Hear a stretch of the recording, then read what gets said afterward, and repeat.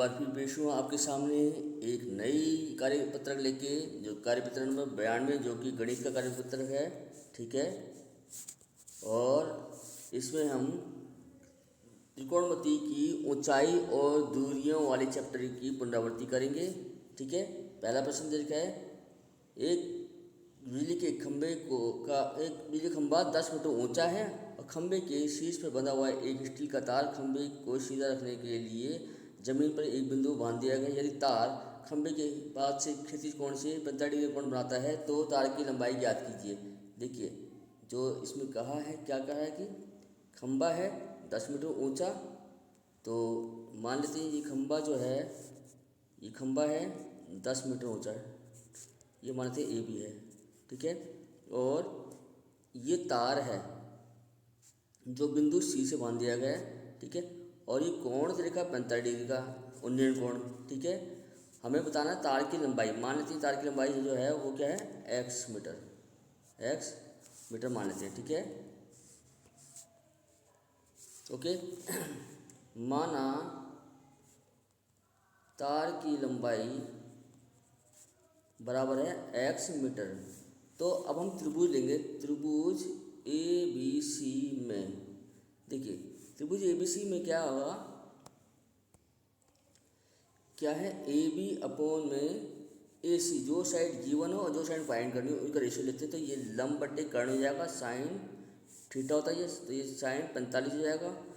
ठीक है, तो ए बी हमारे पास है 10 मीटर और ए सी हमें फाइंड करना है यानी एक्स, और ये 1/√2 होता है 10/45, तो ये हो जाएगा क्या, एक्स जो टू 10√2। ठीक है, तो इसका मतलब जो तार की लंबाई जो है, तार की लंबाई है 10√2 मीटर। ओके, चलिए अगला क्वेश्चन लेते हैं। अगला क्वेश्चन देखिए, एक पेड़ हवा से टूट गया है।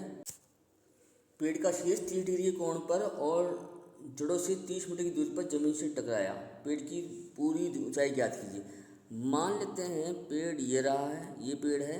ठीक है, और ये पेड़ जो है ए बी पर कोई पॉइंट था और सी पॉइंट से टूट जाता है, और टूटने के बाद जो बी पॉइंट जो है नीचे ज़मीन पर लग जाता है। मान लो ये सी बी पॉइंट नीचे आ गया। ठीक है, तो ये तो टोटल हाइट जिसका मतलब ये ए बी जो होगी वो, यानी मान लेते हैं ये जहाँ जिस हाइट से टूटा वो एच मीटर है, और जो हाइट टूट के नीचे गिरी उसे एक्स मान लेते हैं। ठीक है, तो हमें फाइंड करना है टोटल हाइट यानी एच प्लस एक्स फाइंड करना है। तो मान लेंगे, माना पेड़ की ऊंचाई, देखिए ये जो टूट के गिरा वो 10 मीटर दूरी पे है। ठीक है, यहाँ 30 मीटर दूरी पे है। ठीक है, माना पेड़ की ऊंचाई बराबर मान लेते हैं क्या, ए बी प्लस में ए बी सी, यानी कि ये मान लेते हैं हम एच प्लस एक्स मीटर। ठीक है, अब हम त्रिभुज लेंगे। त्रिभुज ए बी सी में सबसे पहले देखिए हम लेते हैं ये ए सी अपॉन में ए बी ले लेते हैं। ए सी अपॉन ए बी यानी कि लंब बटे आधार यानी कि tan थीटा होता है। तो tan थीटा जो लिखा है यहाँ पे कितना दिया हुआ है, वो दिया है 30 डिग्री का, 30 डिग्री और कोण दिया तो 30 डिग्री। ठीक है, तो इसका मतलब ए सी जो दिया हुआ वो क्या है, ए सी है एच मीटर और ए बी है 30 मीटर। ठीक है, तो tan 30 होता है 1/√3, तो इसे आप क्रॉसमल्टीप्लाई करेंगे तो क्या आएगा, इसको एच की वैल्यू निकालेंगे तो क्या 30 वहाँ चले जाएगा, 30√3 आएगा। तो ये हो गया आपका एच की वैल्यू आ गई। ठीक है ना, ए बी अपॉन में बी सी ले लेते हैं, तो ये होगा, क्योंकि ये हो गया अपना लंब बट्टे आधार बट्टे कर्ण, ये होता है cos थीटा, तो cos 30 हो जाएगा। ठीक है, तो ए बी है हमारे पास कितना, ए बी है 30 और बी सी हमारे पास हमें फाइंड करना है एक्स है। ठीक है, और cos 30 जो होता है वो होता है √3/2। तो रेशनलाइज कीजिए, सॉरी क्रॉस मल्टीप्लिकेशन कीजिए। क्रॉस मल्टीप्लाई करें तो क्या आएगा, ये x√3 = 60, यानी कि x क्या आएगा 60/√3, ये मीटर में हो गया। अब कुल पेड़ की ऊंचाई जो है वो कितनी है, वो x + h थी। तो x तो हमारे पास आया 60√3 प्लस में h जो है वो 30/√3, ठीक है। इसके बाद इनको प्लस करेंगे तो एलसीएम लेंगे √3, ये 60 प्लस में 30 यानी कि 90/√3। इसको रेशनलाइज कर दीजिए, ठीक है। ऊपर नीचे √3 सिम्प्लाई कर देंगे तो ये 90√3/3 हो जाएगा, ये कैंसिल। तो पेड़ की कुल ऊंचाई जो होगी 30√3 होगी, ओके। अगला प्रश्न 3 देखिए, जमीन पर एक बिंदु ए से जेड विमान का उन्नयन कोण 60 डिग्री है। 30 सेकंड की उड़ान के बाद उन्नयन कोण 30 डिग्री में बदल जाता है। यदि जेट विमान 3 या 600√3 मीटर की निरंतर ऊंचाई पर उड़ रहा है तो जेट विमान की गति ज्ञात कीजिए। देखिए मान लेते हैं ये ए बिंदु है, ठीक है, और विमान है मान लो BC, ये विमान है और इसका उन्नयन कोण दिया है कितना 60 डिग्री दिया हुआ है, ठीक है। उड़ते उड़ते ये यहाँ पहुँचा, ठीक है। तो यहाँ पे जगह ये DE इसकी ऊंचाई हो जाएगी और उन्नयन कोण जो है बाद में घट के ये हो जाएगा 30 डिग्री, ठीक है। ऊंचाई देखिए 3600√3 मीटर में, ठीक है। ये निरंतर ऊंचाई है, ठीक है। अब मान लेते हैं,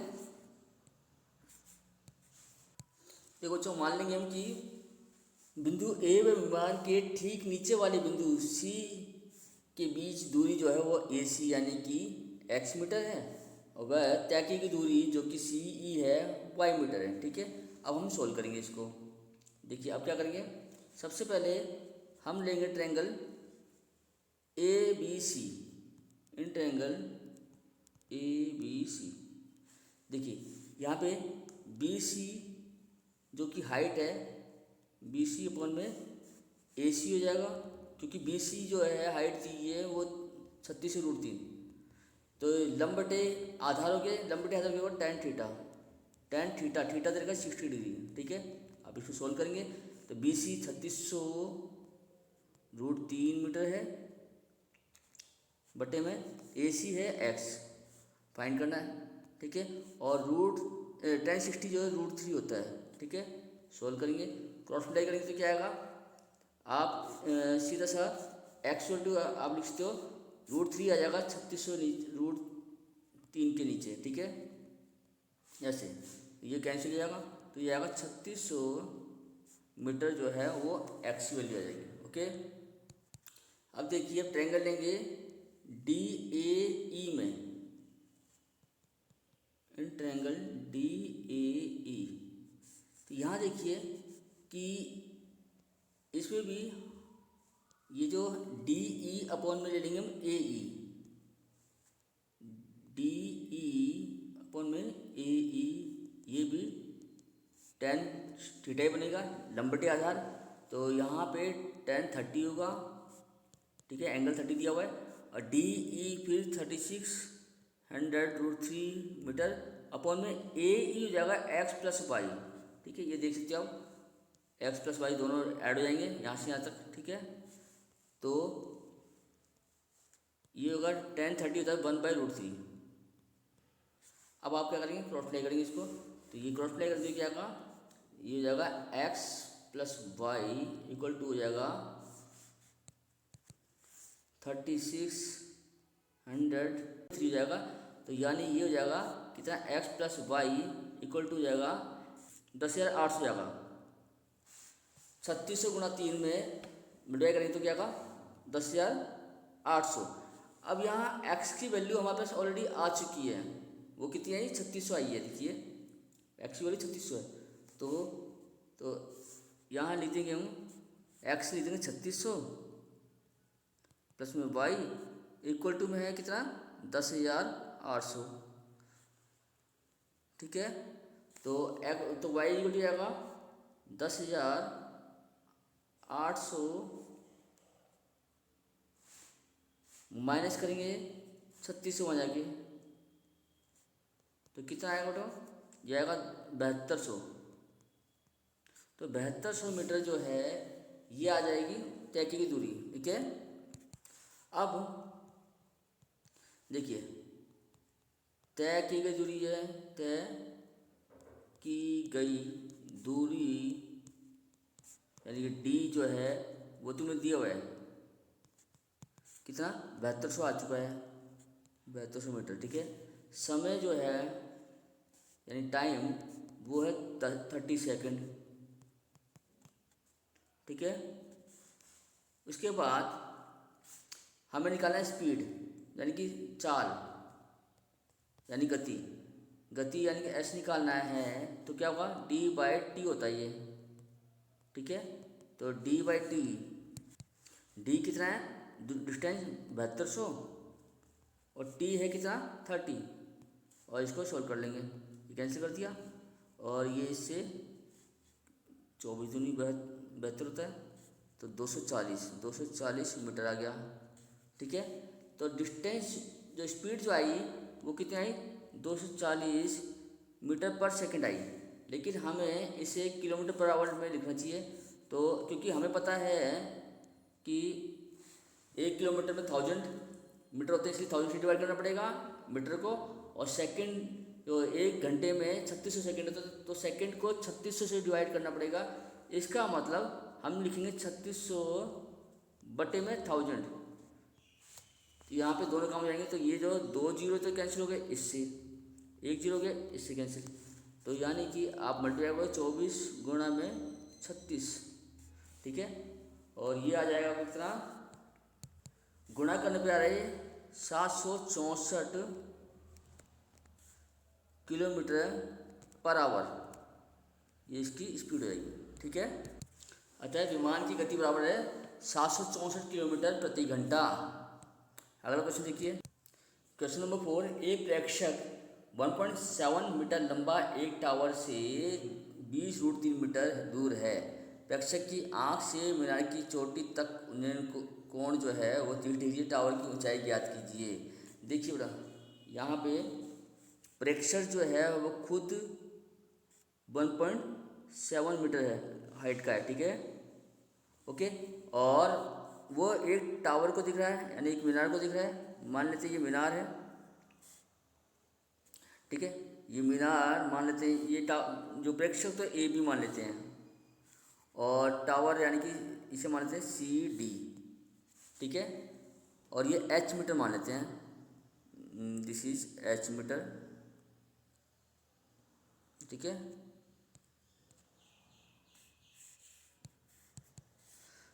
अच्छा, जब वो कह रहा है कि इसकी आँखों से जो उन्नयन कोण बन रहा है वो 30 डिग्री का बन रहा है। ठीक है, उन्नयन कोण नीचे से ऊपर देखते हैं, तो इसका मतलब अगर ये जो पॉइंट जो आएगा, ये ई पॉइंट जो आएगा, तो इससे क्या होगा? ए बी और ई डी पैरेलल हो जाएंगे, ये भी 1.7 मीटर ही होगा। इसका मतलब ये जो होगा, ये यहाँ से लेके जो सी ई है वो हो जाएगा, क्या होगा? H minus 1.7। ठीक है, प्रेक्षक और मीनार के बीच की जो दूरी दे रखी है वो है 20√3, तो 20√3 यहाँ दी है, तो ये भी 20√3 होगा। ठीक है, अब हम मान लेते हैं, माना क्या मानेंगे? मीनार की ऊंचाई ये मान लेते हैं एच मीटर। ठीक है, और मीनार तथा प्रेक्षक के बीच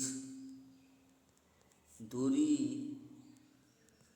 कितनी है वो मान लेते, वो है बी डी यानी कि 20√3, ये दिया हुआ है। ओके, चलिए अब नाउ इन ट्रायंगल में ले लेंगे कौन सा? ए सी ई। ठीक है, तो इन ट्रायंगल ए सी ई, इसमें देखिए सी ई जो है ये हमें फाइंड करना है और ए ई गिवन हो है, तो सी ई अपॉन में ए ई का फॉर्मूला रेशो हो जाएगा कौन सा, टेन थीटा, तो 1030 होगा यहाँ पे, ठीक है। तो सी ई है एच माइनस 1.7 सॉरी, और ए ई दिया है 20√3, ठीक है। ओके, चलिए अब आगे इक्वल टू में 1030 जो है वो होता है 1/√3। अब इसको सोल्व कर लीजिए। एच माइनस 1.73 इक्वल टू होगा 20√3 को हम दूसरी तरफ ले जाएंगे तो ऊपर चले जाएगा ये, अपॉन में √3 हो जाएगा और ये कैंसिल हो जाएगा, तो ये बेटर रहेगा, आसान रहेगा। तो ये एच इक्वल टू क्या होगा 20 बचा है उधर, उधर ये प्लस हो जाएगा 1.73, यानी कि 21.73 आ जाएगा मीटर। इसका मतलब जो क्या है ये मीनार की ऊंचाई कितनी है, ये है 21.7 मीटर। ओके, इस प्रकार ये वर्कशीट पूरी हो गई है। आशा करता हूँ कि आपको ये वर्कशीट समझ में आ गई होगी, ये वीडियो आपको अच्छी लगी होगी। वीडियो अगर आपको पसंद आई तो इसे शेयर कीजिए और लाइक कीजिए। अगर कोई कमी रहेगी तो हमें कमेंट जरूर कीजिए ताकि आगे के लिए हम सुधार कर सकें, और अगली वीडियो के लिए हम फिर मिलेंगे। तब तक के लिए नमस्कार।